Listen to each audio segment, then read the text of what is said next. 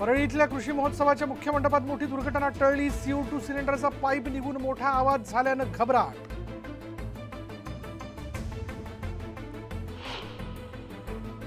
बुलढाण्यातील जळगाव जामोदमध्ये पूरग्रस्त नसतानाही काही नागरिकांना मदत।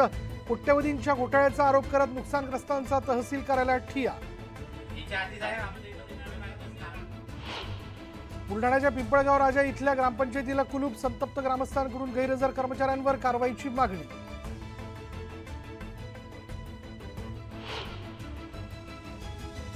बहीण खरंच लाडकी असेल तर तिच्यावर अशी वेळ येऊ देऊ नये। जनतेच्या पैशातून बहिणींना पैसे देऊन स्वतःचं ब्रँडिंग करण्यापेक्षा तिला सुरक्षित ठेवा। राज ठाकरेंची सरकारवर खरमरीत टीका।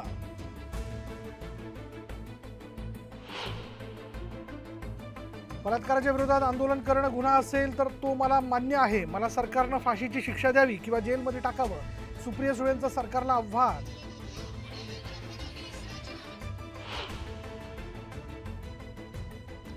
अशा नराधामांना भर चौकात फाशी द्या। बदलापुरातील घटनेवर ज्येष्ठ समाजसेवक अण्णा हजारेंचा संताप।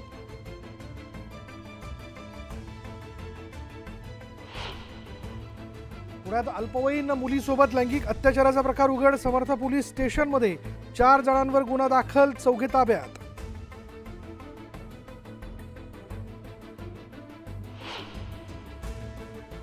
बकऱ्यांना चारा आणण्याच्या बहाण्यानं सावत्र बापाचा 12 वर्षाच्या चिमुरडीवर अत्याचार। ओझर पोलीस ठाण्यात पॉक्सो अंतर्गत गुन्हा दाखल। बदलापूरमधील घटनेच्या निषेधार्थ परभणीमध्ये उबाठाच्या वतीनं तीव्र निदर्शनं। सरकार बरखास्त करण्याची मागणी।